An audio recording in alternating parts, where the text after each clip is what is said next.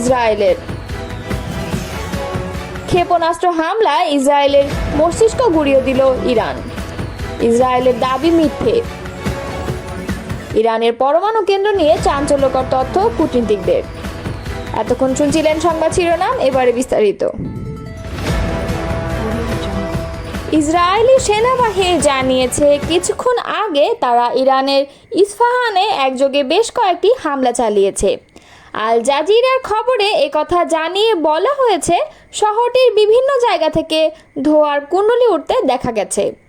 চীনের president Xi Jinping মঙ্গলবার বলেছেন তিনি ইরানের উপর ইসরায়েলের সামরিক হামলা দেখে গভীরভাবে উদ্বিগ্ন।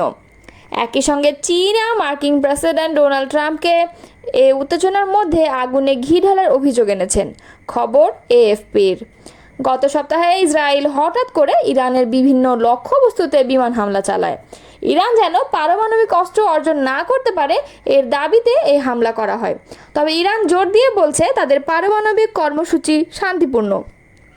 এই হঠাৎ উত্তেজনা গোটা অঞ্চলে বিস্তৃত যুদ্ধের আশঙ্কা সৃষ্টি করেছে। এরই মধ্যে প্রেসিডেন্ট ট্রাম্প ইরানকে আবারও আলোচনায় ফিরতে আহ্বান জানিয়েছেন। তিনি দাবি করেন ইসরায়েলের হামলার কারণে চলমান পারমাণবিক আলোচনা বাধাগ্রস্ত হয়েছে।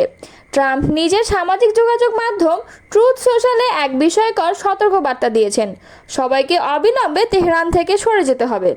চীন এই মন্তব্যের কঠোর সমালোচনা করে বলেছেন এ ধরনের উস্কানিমূলক বার্তা এই অঞ্চলকে আরও অস্থিতিশীল করে তুলতে পারে। মধ্য ইসরায়েলের রেহোভতে অবস্থিত ওয়েজম্যান বিজ্ঞান ইনস্টিটিউট। বহু বছর ধরে এটি ইসরায়েলের সামরিক গবেষণার কেন্দ্র হিসেবে পরিচিত। সোমবার রাতে ইরানের এক ক্ষেপণাস্ত্র হামলায় প্রতিষ্ঠানটি ব্যাপকভাবে ক্ষতিগ্রস্ত হয়েছে।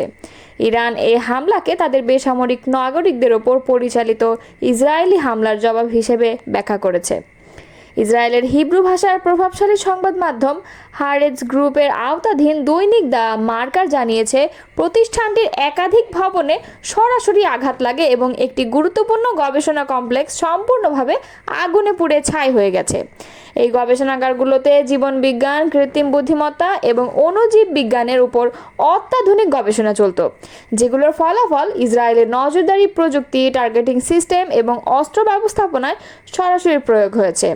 এসব প্রযুক্তি গাজা, লেবানন, ইয়েমেন এবং সম্প্রতি ইরানের ভূখণ্ডে পরিচালিত হামলায় ব্যবহৃত হয়েছে।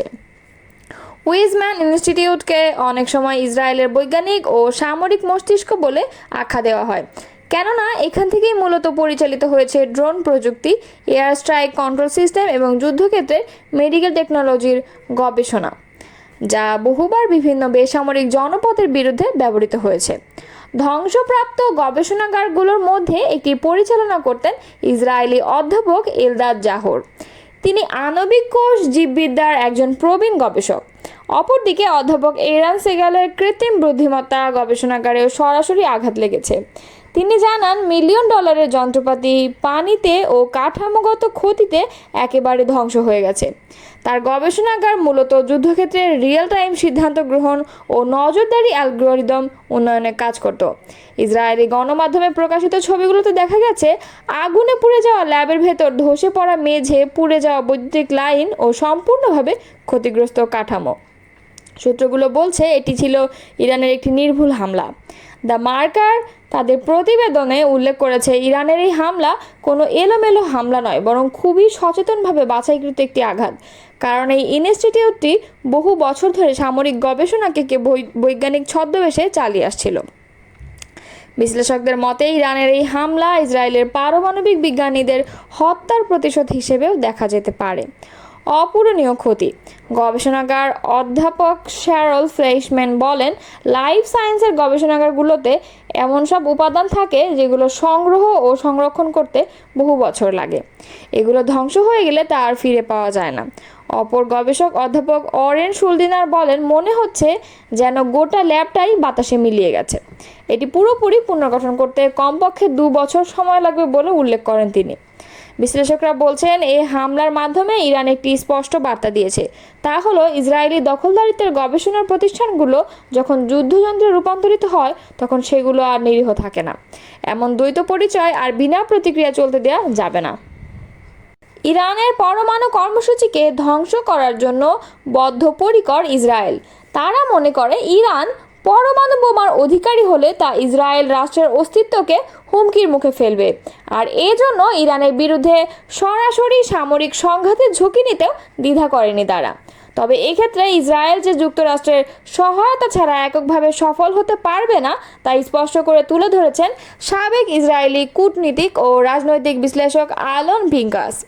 আল জাজিরাকে দেয়া এক সাক্ষাৎকারে তিনি বলেন, ইসরায়েল একা ইরানের পারমাণবিক সামরিক অবকাঠামো ধ্বংস করতে সক্ষম নয়। এর জন্য প্রয়োজন বিশেষ ধরনের বাংকার, ধ্বংসকারী বোমা, ভারী বোমারু বিমান এবং উন্নত ডেলিভারি সিস্টেম, যেগুলো কেবল যুক্তরাষ্ট্রেই আছে। বিশেষত ইরানের দক্ষিণে অবস্থিত ফোর্ডো ইউরেনিয়াম সমৃদ্ধকরণ কেন্দ্রকে ধ্বংস করাকে ইসরায়েল বড় পুরস্কার হিসেবে বিবেচনা করছে, কারণ এটি পর্বতগাত্রের নিচে নির্মিত এবং বিমান হামলার বিরুদ্ধে সুরক্ষিতভাবে গড়া। তাই ইসরায়েল যতই সফলতা দাবি করুক, এই কেন্দ্র ধ্বংস করা যে ততটা সহজ নয় তা ভালোভাবেই জানেন ইসরায়েলি জেনারেলরা। পিঙ্কাস বলেন, এই কারণেই নেতানিয়াহু বারবার প্রেসিডেন্ট ট্রাম্পকে সরাসরি যুক্ত করার চেষ্টা করেছেন, কারণ ইসরায়েল জানে শুধু এখনকার হামলায় কিছুটা প্রতীকী লাভ হলেও পরমাণু হুমকি দূর হবে না।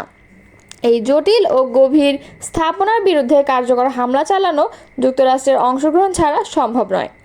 বর্তমান পরিস্থিতিতে ইরান ও ইসরায়েলের মধ্যকার উত্তেজনা মধ্যপ্রাচ্যের নিরাপত্তা কাঠামোকে হুমকির মুখে ফেলেছে। ইরান তার পরমাণু কর্মসূচির পাশাপাশি আঞ্চলিক মিত্রদের মাধ্যমে প্রভাব বিস্তারে অব্যাহত রেখেছে। ইসরায়েল অনেকদিন ধরেই যুক্তরাষ্ট্র ও পশ্চিমা বিশ্বকে বোঝাতে চাইছে, ইরান যদি পরমাণু অস্ত্রে সক্ষম হয় তাহলে শুধু ইসরায়েল নয়, গোটা অঞ্চলের স্থিতিশীলতায় ধ্বংস হবে। তবে বিশেষজ্ঞরা মনে করছেন, ফোর্ডোর মতো স্থাপনা ধ্বংস করা সাধারণ অস্ত্রের মাধ্যমে সম্ভব নয়, ফলে যুক্তরাষ্ট্রের সহায়তা ছাড়া এই লক্ষ্যে পৌঁছানো কার্যত অসম্ভব। এদিকে প্রেসিডেন্ট ডোনাল্ড ট্রাম্প অবস্থান এখনও অস্পষ্ট। তার প্রশাসনের পক্ষ থেকে প্রতিদিনই ভিন্ন ভিন্ন বার্তা আসছে। এদিকে কূটনৈতিক সমাধানের ইঙ্গিত, অন্যদিকে ইরানকে হুঁশিয়ারি। এই দ্বৈত বার্তায় মার্কিন নীতিতে বিভ্রান্তি তৈরি করছে। পিঙ্কাস বলেন, যদি উত্তেজনা প্রশমিত হয় সেটা যুক্তরাষ্ট্রের মধ্যস্থতায় হবে, কিন্তু বর্তমানে হোয়াইট হাউস পরিস্থিতিকে যেভাবে সামলাচ্ছে তা থেকে নিশ্চিত হওয়া যাচ্ছে না তারা কী পথে এগোবে।